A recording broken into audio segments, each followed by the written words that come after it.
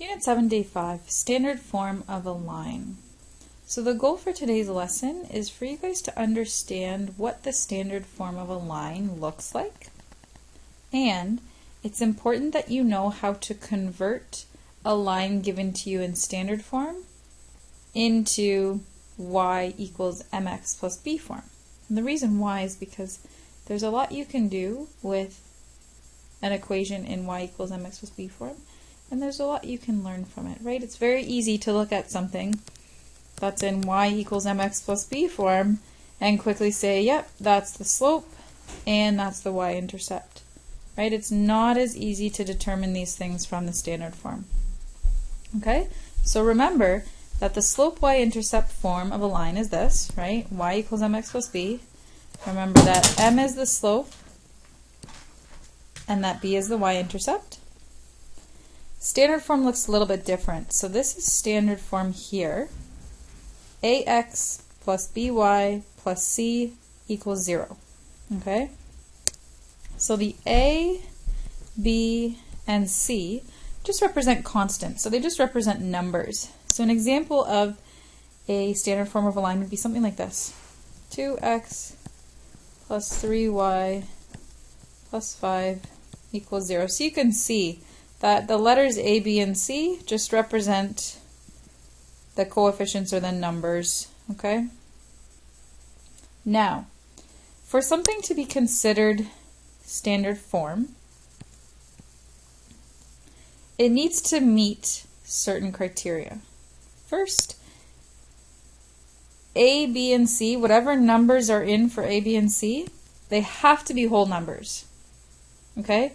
So they could not be something like this.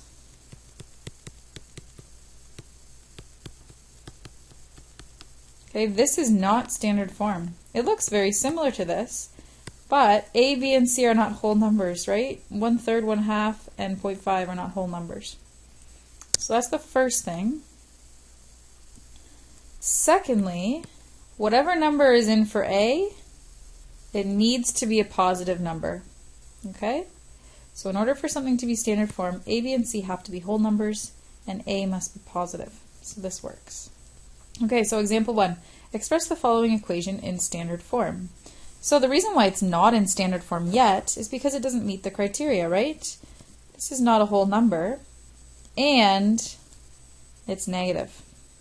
Remember, A has to be positive. So let's make this into standard form. So the first thing I'm going to do is I'm going to multiply the entire equation by -1. Because I know if I do that, it will make A positive. Okay? And some of you might be asking, why can't she just do that? Why can't she just multiply everything by -1? If you multiply the entire equation by the same number, it doesn't change the equation. So you're allowed to do that. Okay? You're not allowed to just, like if I just said, oh, I'm just going to multiply the -12 times 2. You can't do that. Whatever you do, you have to do to your entire equation, and then you're fine. Okay, so let's use distributive property. So, -1 times -1/3 is just +1/3. Okay? -1 times 7y is -7y.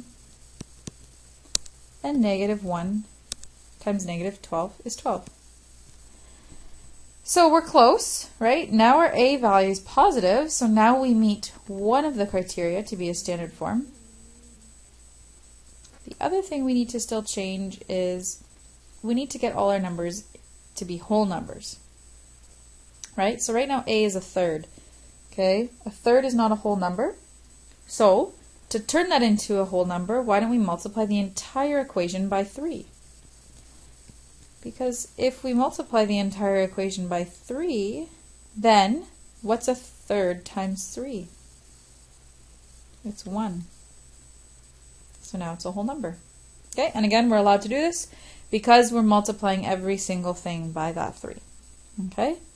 And why did I pick 3? Well, I just picked it because I knew that 1/3 times 3 is 1, and that gets us to a whole number.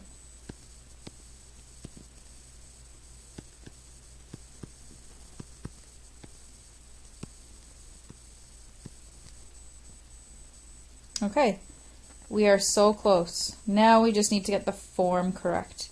So remember, in standard form, A, B, and C are all on the left side of the equal sign, and then there's just a 0 on the right-hand side.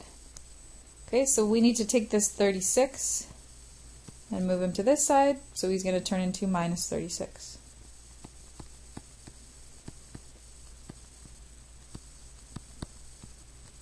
Okay, and remember, technically you do not need to write the 1. You just can put an X and it's assumed that it's a 1. Alright, so this is our final answer. Okay, how do we know that we're correct? Well, does it meet the 2 criteria? First of all, are A, B, and C whole numbers? Yep, A is 1, B is negative 21, C is negative 36. So we're good. Second thing we need to check is A positive? Yeah, A is positive 1. Okay, so that's how we are in standard form. Okay, so let's put this into standard forms. So the first thing I'm going to do is I'm going to get all the terms on the same side of the equal sign. Okay, and it's the easiest for me to bring 4y to the other side. So we have negative 11 plus 3x minus 4y. Now, I'm going to go ahead and arrange the terms so that they're in the proper order, because remember, standard form is the x term, then the y term, then the plain number term equals 0. Or in our case, we're just going the other way around. ax plus by plus c. Okay? So, I'm going to put my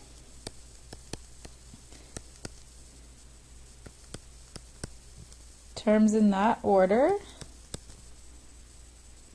Okay, let's see if we're correct. So, A, B, and C are all whole numbers, so we're good. And A is positive, so we're also good. If you wanted to, you could stack all your terms on the other side of the equal sign. It would require a little bit more moving. Alright, this question is asking us to take this equation, which is in standard form, and put it into slope-intercept form. So let's move it into y equals mx plus b form. So let me first ask you a question. How do you know that this is in standard form? Okay, well, A is a positive number, and A, B, and technically there's no C there, right? But it's just plus 0. Those are all whole numbers. Okay, so we need to move this equation, which is in standard form, into y equals mx plus b form. That's slope-intercept form. So basically what we need to do is we need to isolate for y, and then it will turn into this equation. So let's go back to here and isolate for y. So I'm first going to bring the 2x to the other side. And it's going to turn into negative 2x. Then I need to get rid of my 3. So right now it's 3 times y. So I'm going to bring it to the other side, and it's going to turn into divide by 3.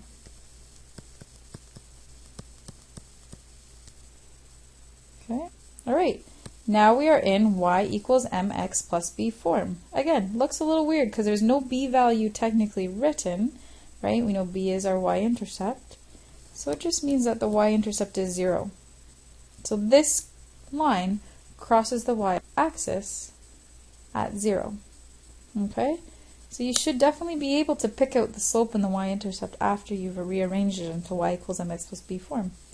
Right? So here's m, here's our slope, and here's b. Okay? Now think of a reason why it would be helpful to know how to change an equation from standard form into slope-intercept form. And the answer is, if it's in slope-intercept form, it's a lot easier to graph, right? Because then you know what the slope and the y-intercept are, and you can graph knowing those two values. From standard form, it's not very easy to know the slope and to know the y-intercept, so it makes it harder to graph. Okay, the next thing I'm going to teach you about are x and y intercepts. The standard form of a line can teach us about the x and y intercepts of a graph. Remember, the x-intercept is where the graph crosses the x-axis, so that's this guy right here. And remember, wherever it crosses the x-axis, the y-coordinate's always going to be 0. Because if something's on the x-axis, it hasn't traveled up or down on the y-axis, so of course the y value is going to be 0. Same thing with the y-intercept. right? The y-intercept is where the graph crosses the y-axis, so right here.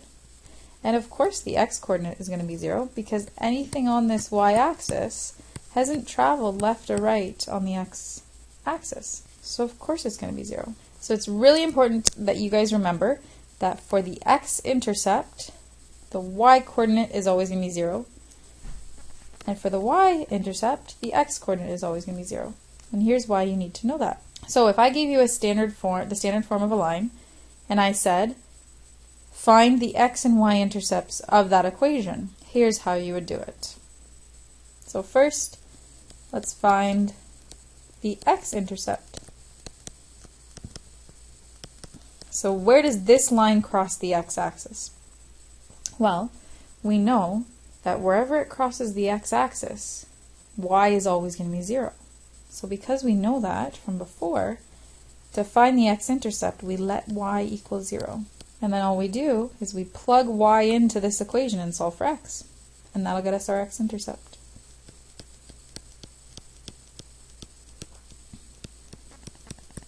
Now we do the math.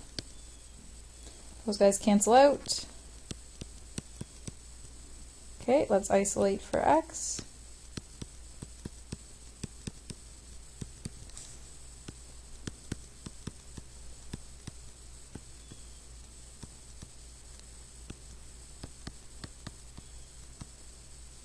Okay, so therefore the x-intercept is at 8 and 0.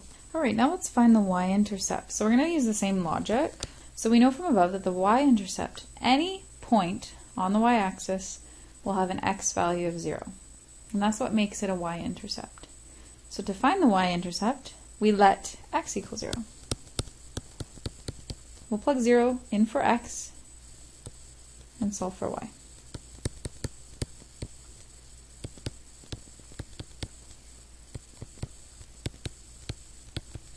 I'm going to bring the negative 24 to the other side. It becomes positive 24. Then I'll bring the 4 to the other side and we'll do divide by 4.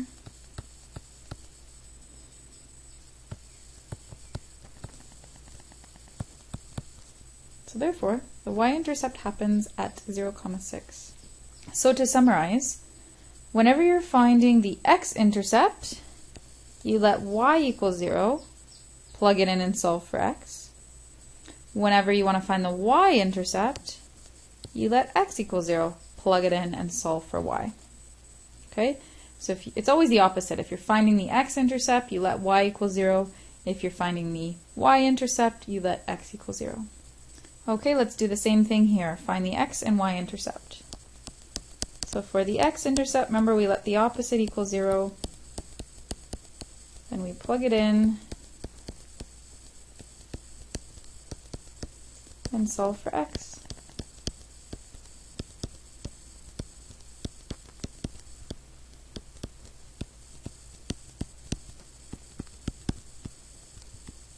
Okay, so therefore the x-intercept is at 5, 0.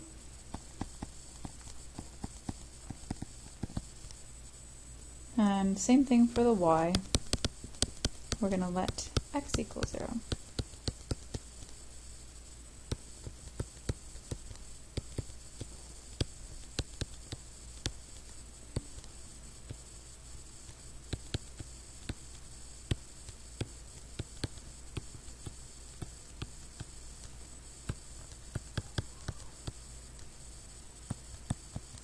So therefore the y-intercept is at 0 and 4.